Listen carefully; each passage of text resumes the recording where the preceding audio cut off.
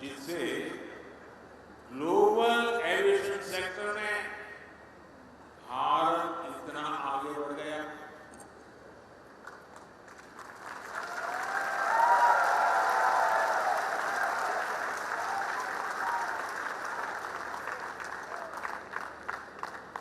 ये इसलिए हुआ क्योंकि आज भारत अपने नागरिकों की एस्पिरेशंस और ईज ऑफ लिविंग को सर्वोपरि रखते हुए काम कर रहा है। एक समय था जब पुअर एयर कनेक्टिविटी हमारे यहां बहुत बड़ा चैलेंज था।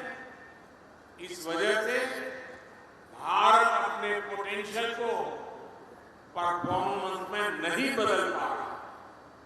इसलिए हमने कनेक्टिविटी इंफ्रास्ट्रक्चर में इन्वेस्टमेंट को अपनी प्राथमिकता बनाया। आज भारत दुनिया के सबसे वेल कनेक्टेड मार्केट में से एक बन रहा है। 2014 में भारत में 70 के आसपास ऑपरेशनल एयरपोर्ट थे। आज देश में 150 के आसपास ऑपरेशनल एयरपोर्ट है।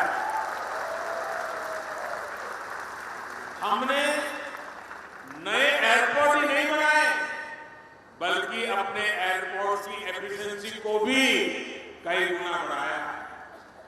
फ्रेंड, भारत की एयरपोर्ट कैपेसिटी बढ़ने से एयर कार्गो के क्षेत्र में भी तेजी से बढ़ोतरी हुई।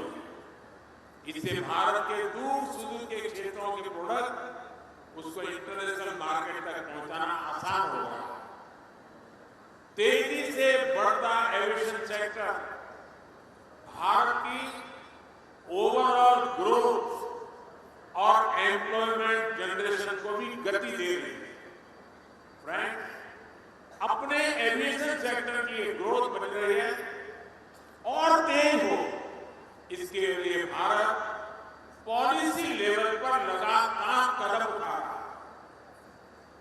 हम राज्य सरकारों को प्रोत्साहित कर रहे हैं कि एविएशन फ्यूल से जुड़े टैक्सेस को कम किया जाए।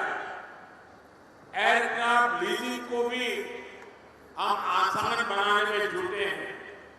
हमारा प्रयास है कि एयरक्राफ्ट लीजिंग और फाइनेंसिंग में भारत की ऑफशोर डिपेंडेंस कम हो। इसलिए गिफ्ट सिटी में international financial services centre authority की स्थापना भी की गई है। इसका लाभ भी पूरे देश के एविएशन सेक्टर को मिलेगा।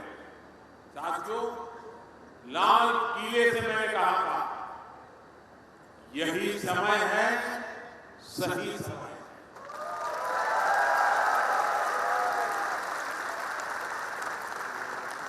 बोइंग और दूसरी इंटरनेशनल कंपनियों के लिए भी ये सही समय है। ये उनके लिए भारत की तेज ग्रोथ के साथ अपनी ग्रोथ को जोड़ने का समय है।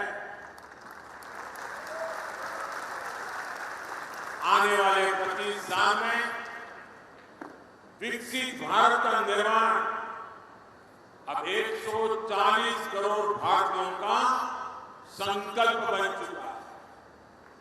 बीते 9 साल हमने लगभग 25 करोड़ भारतीयों को गरीबी से बाहर निकाला।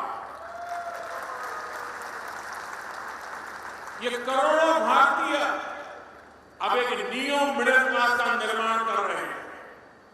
आज भारत में